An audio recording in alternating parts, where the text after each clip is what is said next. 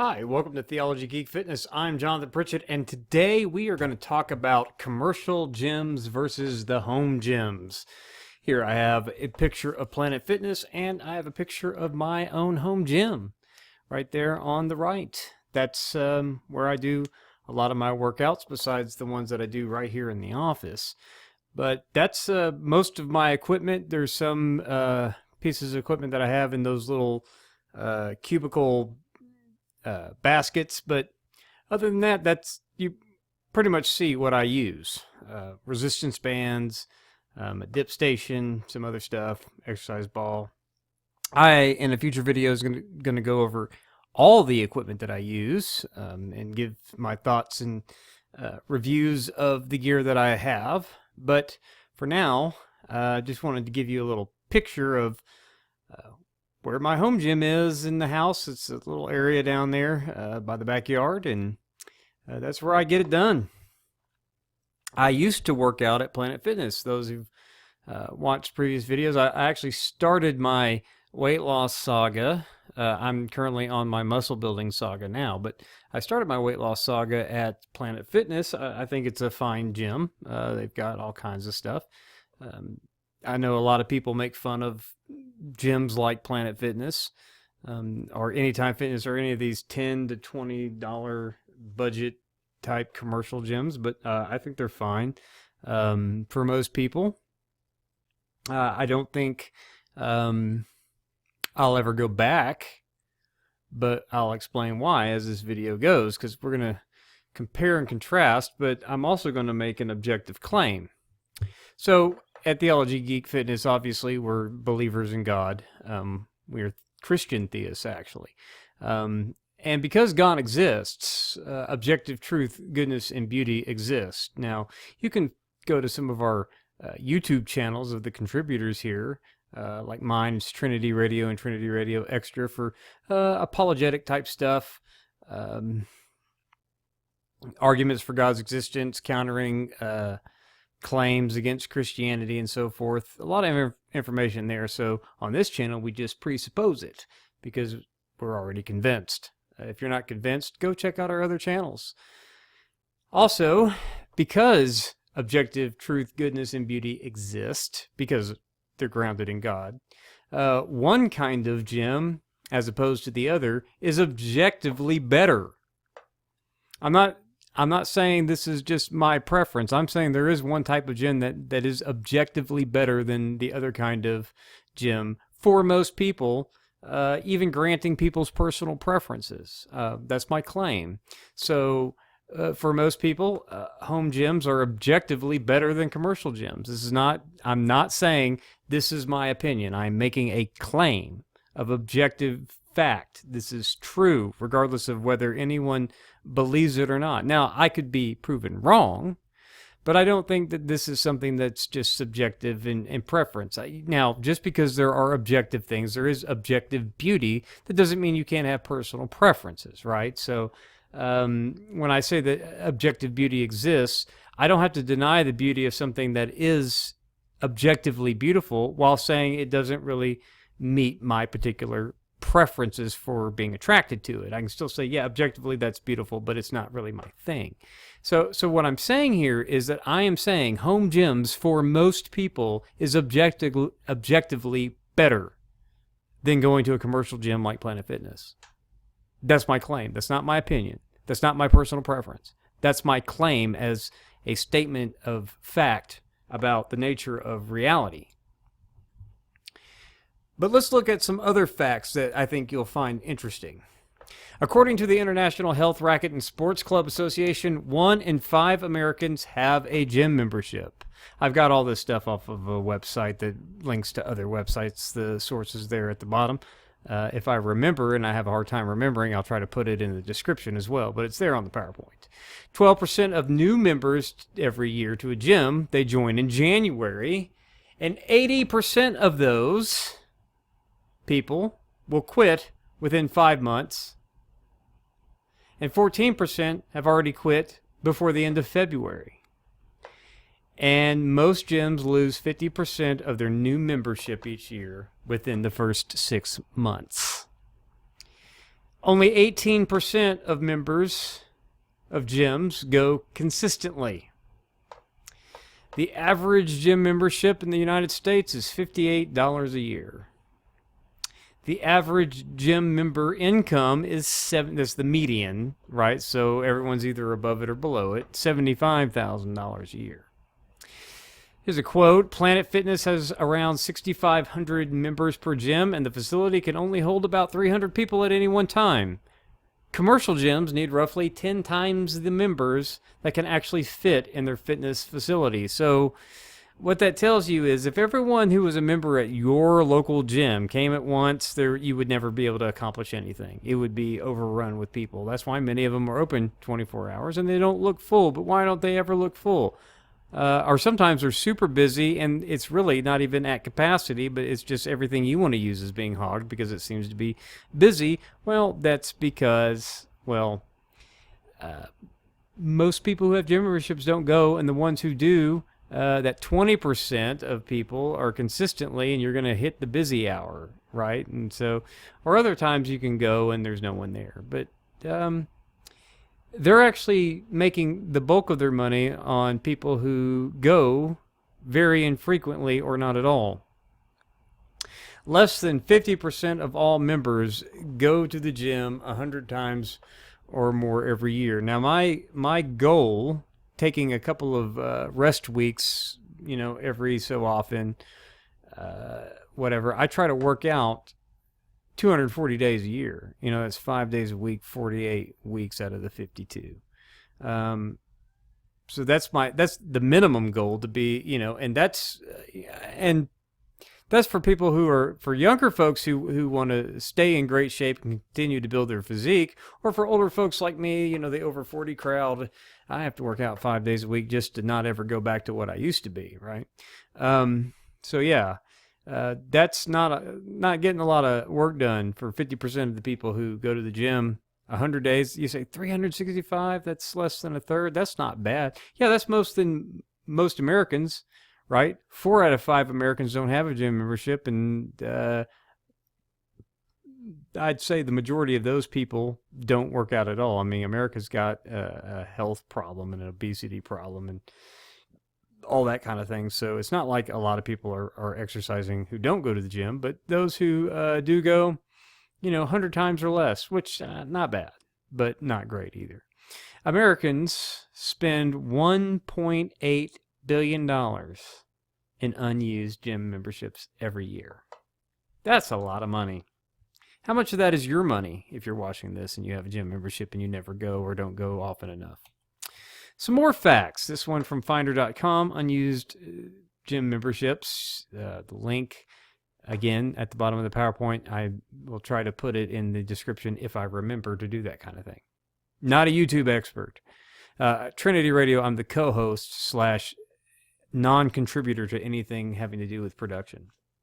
And so that's why you see low quality production here. And that's not likely to change unless I get somebody else to help me do this kind of thing, which probably won't happen.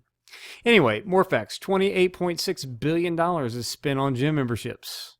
Out of the people who have gym memberships, 53.2% of those gym members also own their own fitness equipment.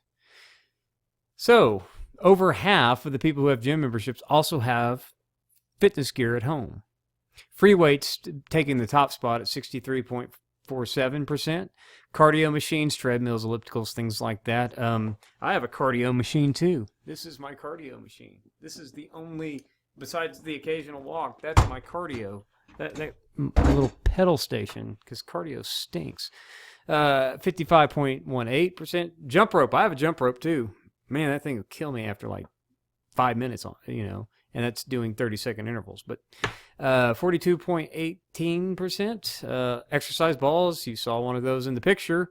That big stability ball in the back, sitting on top of its cradle, which is my pull-up bar. 37.29%. A pull-up bar, 25.99%, or round that up to 26, folks. A lot of people own those. Not very many people can actually do pull-ups or chin-ups, or at least do them well, or do them properly. So that's a surprisingly high number of people who own it. I wonder what the percentage of people who can actually do unassisted pull-ups are. Not much. Or at least do 3 sets of 10 reps, solid all the way up, all the way down. I can barely manage that, so and I'm in decent shape. But yeah, pull-up bar, great thing. And then, of course, strength machines of some kind, those contraptions, Bowflexes type things, or Marcy type multifunctional workout station, those kind of things, 15.82%. So over half the members of gyms also have stuff at home. 45.7% spend less than $30 a month on gym memberships. Maybe, yeah. That sounds about right. Even if you're a Planet Fitness or 10 Fitness or one of those kind of places, if you joined with zero or with the $1 down kind of join thing that they do every year, and you pay $10 a month, right? It's $121 plus the $39 year annual fee, so $170 somewhere in there. Taxes and all that, you divide that over 12 is less than $30. Not good at math. I'm not doing this in my head. But yeah, it sounds about right. I did Planet Fitness's Black Card thing because I like to use the massage bed and all that stuff. Pretty cool stuff, but it wasn't much. But I did realize, and I will break out the calculator for this because I got to do math, right? So if it's 39, it was like $23.99, so we'll just say $24. 12 months was $288, right? Then you add the $39 yearly fee, it's $327 divided by 12. So I was paying $27.25 for the Black Card per month. Not a bad deal. All that cool stuff. But $200 something, close to, or $300 something a month. I mean, a year, that's a lot of money. That adds up. 49.9% go twice a week or more. That's pretty good. 5.8% go once a month. 6.3% have a membership but don't use it at all.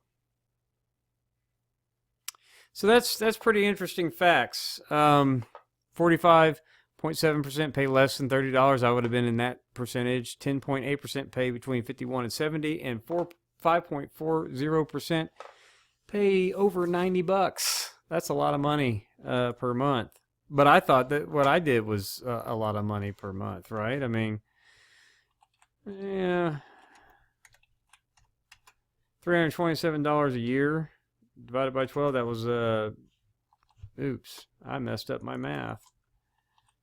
47 divided by 12, 27.25. Even that seems reasonable, right? Less than $30 a month to be a member of a gym. But when you look at that $327 a year, in 3 years, it's like $1,000. What kind of home, if you're, that's a lot of money. Anyway, now if you're going to a commercial gym or a home gym, they both share some things in common. They both require the following things. They both require motivation to go.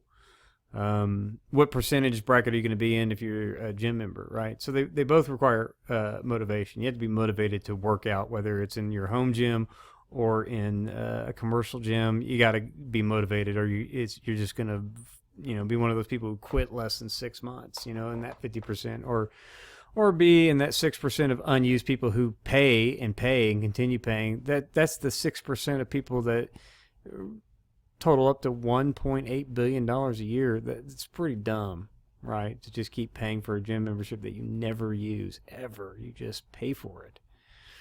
You need a sense of direction. What are you trying to do in the gym? I remember being at Planet Fitness, seeing the same 5 a.m. crowd every day. There were people who were there going long before I got there. They're probably still there now, and they're probably in no better shape than they were when I was there. They just a lot of people go to the gym and have no sort of direction or plan, and don't get anywhere with it. They probably just burn some calories and go home. It takes discipline to do it, even when you don't feel like doing it. You just got to keep doing it. A purpose, what is the reason for doing it? You've got to have that too. And of course, they both require money, right? Unless your buddy owns a gym or something, or you get donated home fitness equipment that your parents never used or your cousin never used. Say, here, have this. It requires money, right? So either way, you're going to spend money. At a commercial gym, we'll look at some pros and cons. The pros of a commercial gym, usually it's less upfront costs, right? It's somewhere to go besides your house. Some people just like to get out and be around other people, and they have that, they're just itching to get out, so they go. And then at some gyms, there's a sense of community. Usually especially if you meet friends there. I never had any friends that I could talk into meeting me at the gym on a regular basis. And, some people think there's this sense of community there. I never had a sense of community there. I saw the same people there at the Planet Fitness I went to and talked to none of them, right? Other than maybe a nod or a hey or something, but never. I mean, everyone's got their head in headphones.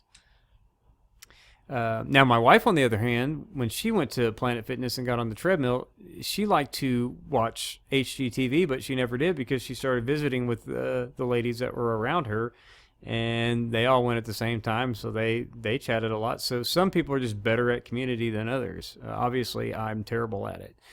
Gyms have a variety of equipment that they will pay for, they will maintain. You pay a small fee every month. And you have access to all kinds of stuff, assuming it's not busy. And of course, gyms offer a variety of services. I mean, Planet Fitness, for example, they had free training, personal trainer. They had classes that did stuff, group sessions.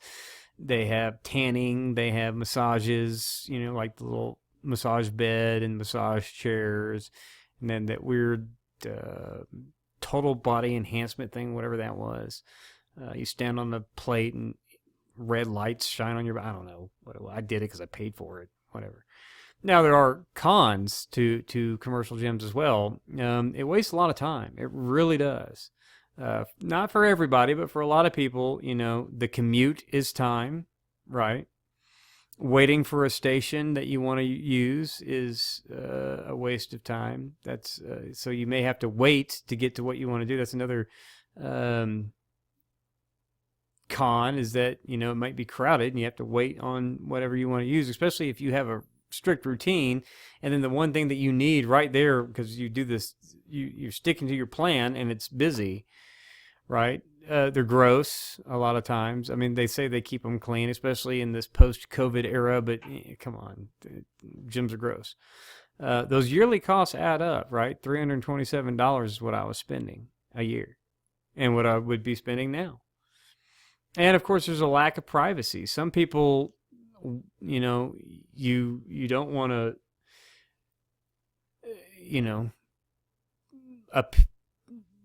I'll just say it. When I went into the gym, right, when I first started, I was like, I'm going to put a 25-pound weight on each side of the bar to start my bench press because I was so out of shape, right? And so I had to be that guy in the gym. And yeah, I mean, I don't get embarrassed easy or whatever, but for some people that might be, they don't want to show how weak they are, right? Or whatever, and there's really a lack of privacy in the gym. Not that anyone's really staring at you. Most people are self-absorbed now. They're all staring at their phones while they're not working out, which increases the wait time, right, for a station. But still, some people just like privacy or whatever, and so for those people, a commercial gym lacks that. Now, home gym, it's super convenient. And assuming that you're a relatively clean person, it's way more sanitary. It's less expensive over time. You can completely customize it. It's customizable to what you want to work with, and of course, it's private. So, you never have to wait on anything. You don't have to worry about getting diseases. You're not constantly spending money after money after money after money. At least once you've collected your set of tools that you want to work with, which you can customize. You don't have, and there's something to be said for, I don't consider myself a minimalist as far as what I like to work out with, but there is something to be said about working within limitations, right? But I have all the stuff, I get all the equipment that I want. I have everything that I would ever need at this point. There's certain things that I want to add, and because I'm not throwing away $327 a year somewhere else, I could just consider that my yearly budget and buy the stuff that I want every year and add new toys or whatever, insofar as space will allow. Now, one of the cons is it does require space in your house, right? And of course, I remember, 15 years ago, we had a treadmill in the house, and then a, multi-station type workout contraption as well. And one was in the garage and one was in this little cubby hole at the house. And, after a while, it ends up just being a great place to hang clothes off of, those treadmill. And then you have that thing in the garage and you don't ever use it, right? Usually more upfront costs. So you can join a gym for, X amount of money down, and it's usually, though not always, but it's usually less than what it would cost you to buy some equipment to get going at the house, right? So that's kind of a con. You got to have some money to get started. It's more limited. Like I said, I'm not a minimalist by any stretch of the imagination. I appreciate minimalism, right? Like the calisthenics folks. I mean, they're the most shredded people on the planet. They're probably some of the strongest people on the planet, not in terms of strength that they can lift the most weight, because strength in the way that they can control their body, and lift their body weight, and they're super shredded folks, those calisthenics folks. And I mean, they're minimalist to the core, just a few pieces of gear is all in their own bodies. And what they do is super impressive, right? So minimalism, total respect for that. But for some people, especially like me, who's not a minimalist, limited equipment and options might be a negative thing, right? And then, of course, you're responsible for your own maintenance of gear. If something breaks on you, you got to be the one to replace it. And usually, if you're working out at home, unless you get some buddies that'll come over, but that's like getting buddies to go to the gym with you. For some people, there's not really any community. I get some community at home because my son will work out with me, and then both my teenagers that are still in the house, they're homeschooled, so I'm the PE instructor, and so at least for 2 hours a week, there's community there because they have to do it. But my son likes it. He wants to work out every day, so he's up at 5 and he's going to get it done. But those are some pros and cons of home gyms, right? Now, they both have pitfalls that they share in common. Both can be a waste of money. You can buy home gym equipment and never use it, and you can buy a gym membership or pay for a gym membership and never use it. And both can be a complete waste of time. You can go to your home gym and see little to no results, same way as you can go to a commercial gym and see little to no results. We talked about that earlier. Without motivation, direction, discipline, and purpose, you could just be wasting your time. So both could be a complete waste of time and money. And then you also got to think about what your goals are and what your preferences are. What are your fitness goals? Are your fitness goals weight loss, building muscle, gaining strength, just maintaining some good health and fitness, or all of the above? Everyone wants typically all of the above for most people. A lot of people just want to bulk. Some people are concentrated, solely focused on their diet. What are your goals at least now? And what are your preferences? Do you like to do a lot of cardio? Do you like to do weights? Do you like body weight calisthenics type stuff? Do you like other types of equipment? Or just yes to all of it because you're a maximalist? Just more is better, right? What are your goals and preferences when it comes to exercising? Most people haven't thought these things through, especially what their preferences are. They just think they know what they like, but they don't demonstrate through their effort and actions that's actually what they like. They're just doing what they think they need to do, right? The same way gyms offer the equipment they think they need to offer. Myths. Let's dispel some myths here. Myths are you need to lift heavy iron weights to build muscle, burn fat, or maintain fitness. This is absolutely false. I lost weight in the gym. I've built all of my gains so far, 11 pounds of lean muscle mass. I haven't lifted any iron since I went home during the lockdown. My last day at the gym was my birthday, March 14th, 2020. Left the gym, I was, 145 pounds or so. I'm 156 pounds now. Haven't lifted any iron since I left the gym. None. I mean, I haven't lifted weight. I just haven't lifted any iron. Of course, the only weighted piece of gear that I use, I don't know if you saw it in the picture, it was that Storm 6.0 by Surge Sport or whatever. You fill it with water, up to 60 pounds worth of water. It looks like modeled after those strongman logs. That's the only weighted piece of equipment I use right now. They also make these cool little hydro balls. They look like kettlebells with a handle on each end. I'm going to get those. Those look awesome. I like that company. They do good stuff. And those look like a lot of fun. So I might add those. But iron weights, no. Don't use them. Don't care. Don't miss them. You don't need them to build muscle. And if you're not trying to be an uber, super duper bodybuilder with just enormous mass,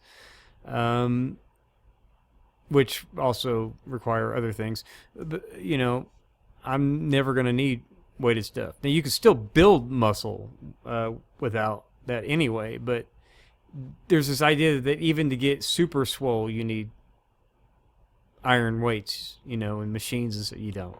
That's a myth. Also the myth that you need a bunch of equipment to get good results. No, that's completely false. And the body weight calisthenics folks, when most people are like guys anyway, when guys tell me that they want to be in shape and they want to look ripped and they want to have, they don't want to be super like, Mr. Olympia type bodybuilders, but they want to be, that aesthetically ripped guy that's muscular but not super gross muscular, and just shredded to the core. Well, those people use a pair of parallettes and parallel bars and a pull-up bar and some Olympic rings, maybe a couple other odds and ends, but very minimal equipment, and they're just using their body weight. Most people want to, when they tell me this, they want to look like those magazine model type ripped muscular guys. It's usually something that you could achieve with calisthenics, because it usually reminds me of the calisthenics arena, where those guys are just super shredded, super ripped, and use their body weight and minimal gear. So, you don't really need a bunch of equipment. And another myth is that you need a gym environment to be motivated. I keep my old before picture around to keep me motivated. That's all the motivation I need. That and my playlists. That's it. Now, other people, like I said, you may think that you need that to be motivated, but atmosphere can contribute to motivation, I guess. But that's really, I don't know, that just doesn't.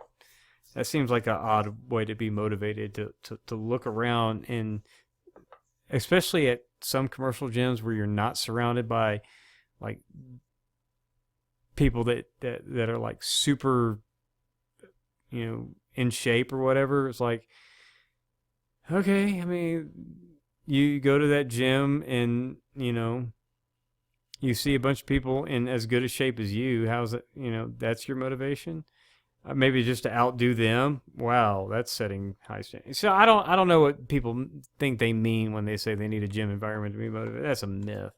And I'm not saying it's a myth because I don't need it. It's a myth because that's not really what should motivate you anyway.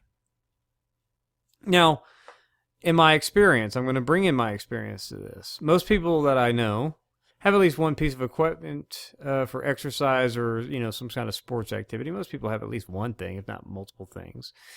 Most people I know rarely, if ever, exercise or eat healthy. Most people don't do these kind of things.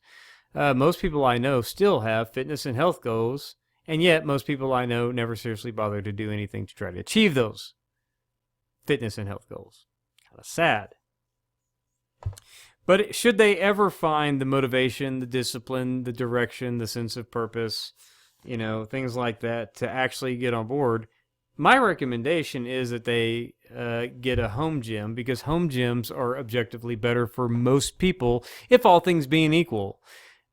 Most people are not going to be competing in strongman competitions. Most people are not going to be competing in weightlifting competitions. Most people are not going to be competing in bodybuilding type competitions.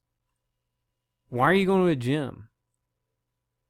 Other than you just like it. But you just like it is not an objective statement. That's a statement of autobiography. That is a statement of subjective preference. I'm saying objectively, give me a reason why a commercial gym is better for you than a home gym. All things being equal, you'll waste less time, right? You won't have to put up waiting for a station. You don't have to put up with commutes, right? I can get most of my workout done in the time it takes people to get to the gym and get to their first station and then leave their last station and get home. And if they shower and all that stuff at the gym, then I could probably finish my workout, right? In the time it takes people to go do this, right? It's less overall costs, right? I've been working out for, I guess it'll be 2 years in April. Well, that'll be $600 and something. You don't need that much money to get a home gym started at all for 2 years. You don't need $327 to get started at home, especially if you make wise purchases. Less overall cost, less time spent, right? It's more efficient for most people's fitness needs in terms of time, money, and results. It is just more efficient all the way around. It'll cost you less, and it's more efficient. More efficient in terms of time, more efficient in terms of how much it's going to spend, and more efficient in results. Now, here's the thing. Most people that I've talked to that have paid attention to my transformation are the most people who don't really, that I know in my experience. But my experience I see duplicated in other people's experience as well. And anytime I talk to people, most people are out of shape. Most people want to be in shape, and most people will be satisfied or happy in the shape that I'm in right now compared to what shape they're in. And there was nothing that I did at Planet Fitness. I mean, come on, it's Planet Fitness. It's mostly machines and treadmills and stuff, right? And your bench press, they have some dumbbells, but other than that, your bench press and your squats are on a Smith machine, right? And if you're out of shape anyway, you're not moving serious weight. Everything that I do at my home gym without any machine, weightlifting machine, contraption, or any free weights, none. At least iron. I mean, you can call my little Storm 6 a free weight, but it's not iron, It's not like dumbbells or anything. Everything that I did at Planet Fitness, and everything that got me from when I decided to start gaining weight, putting on muscle mass, the muscle building that I'm doing. If I had had half of what I have at my home gym when I started, I could have done everything I do at the gym, I could have done at home. No problem. And I think that that's true for most people, because most people are not in the right shape, even though they want to be, even though they also don't really do much to do that. But you could get in the shape that you want to be in, which is something approximate to just generally good health and fitness. And I think that I'm an example of generally good and healthy fitness level, right? Especially for my age at 43. Yeah, you can. most people are not in that good of shape. Most people in the gym right now, the 1 in 5 Americans that have a gym membership, and then the 50% or the over or the slightly less than 50% that go more than twice a week or whatever. I would argue that for most people in that situation, a home gym, and half of those people own home gyms. So for most people in that situation, they're not moving, the kinds of competitive weight, and a lot of them aren't meeting their fitness goals anyway. Most people don't need a gym to get their desired fitness results. And most people just need motivation, discipline, and minimum equipment to do it. And that goes for all the people who think that they need to be in the gym and who say things like, I love to toss around weight and blah, blah, blah. Yeah, but it's funny because people have been going to the gym for years. I could probably go in and, bench press is like, it's not really a great exercise, to be honest with you. But you can go in and lay on your back and put a bar in the air that's got a lot of weight on it. And so what? What's really super awesome that you can bench X, but you still, are not in very good shape. Your physique doesn't look as good as it could and all of that. And you've been doing this for years. So, I don't know. I benched 185 for reps when I was going to the gym. So, who cares? You're just laying on your back, putting weight in the air. No big deal. But I did it on a Smith machine, so because that's what they had. But whatever. It's not really a good muscle building exercise. It's not even the best strength building exercise for your chest. Use dumbbells for both, but if you're going to use free weights. And I'm saying if you like free weights, that's the problem though. Like if you wanted to do a home gym and start with free weights, iron's expensive. It's expensive to get a home gym set up where a bench press, a rack of dumbbells, all that's super expensive. And still, I see people who own that stuff and they're not in near as good a shape as me, and they've had it for years. So I don't get it. I'm just saying for most people, including people who think they need to lift weights, those people who fall into these myths here, most people who have gym memberships don't need one. They don't. Using a home gym is objectively better for most people, whether they're in a gym or not in a gym. If you're going to a gym right now and you're one of those people that go at least 100 times a year, I'm still saying to you that a home gym is objectively better. It just is. And for all of you who are in, poor health or out of shape or looking to get in shape, home gym is objectively better. Now, here are my caveat recommendations. Commercial gyms are objectively better for the following people. People who just absolutely need to be around strangers at a gym and surrounded by tons and tons of equipment to be motivated. I think this is a myth, but if these unicorns exist, okay. I said objectively better for most people, not everyone, so there's my caveat. This is objectively better for the unicorns that supposedly exist out there. It's also objectively better for the people deluded into thinking they need lots of equipment and lots of iron weights to get good results. Yeah, if you're deluded, a commercial gym's better for you, and throw all that money at it. Yeah, and also a commercial gym is objectively better for people who want to get extremely massive through lifting the maximum weight possible. They want to take HGH, human growth hormones, and they want to take steroids, get that weird abs underneath weird pregnant belly look, that's going around for the past 20 years in bodybuilding. It's really weird and creepy. But, if you want that, that means you're also going to use the human growth hormones or the supplements. Yeah, we know where you're getting your stuff. But you're going to use the human growth stuff. You're going to use the steroids because that's really, when I see people and say, you want to get that massive with that, no, it's not going to happen without this stuff. And you think it looks cool, slamming weights around and all that's very important to you. Yeah, commercial gym's objectively better for those kinds of people, but that's it. That's it. I've yet to hear a reason from all of my friends who tell me, "Oh, I don't like to work out at home. I like to go to the gym because I need to get out of the house. I need to." Why it's objectively better that they go to the gym, not preference, not I like this better, but objectively better, which is my claim. I'm not making a claim that you will like a home gym better than a commercial gym. I'm saying a home gym is objectively better for you, even if you think you would like a home. I don't care about your preference, but even accounting for your preferences, I could still make the argument that a home gym for most people is objectively better for them than whatever they think they like about a commercial gym.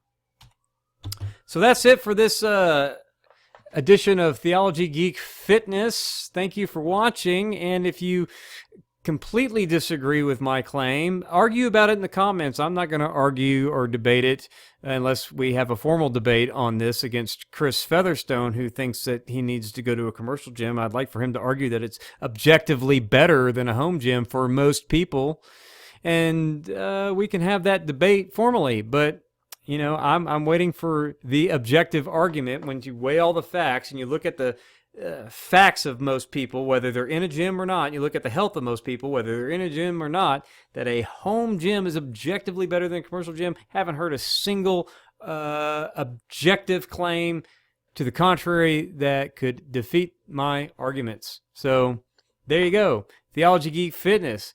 Thanks for watching. We'll see you next time. God bless.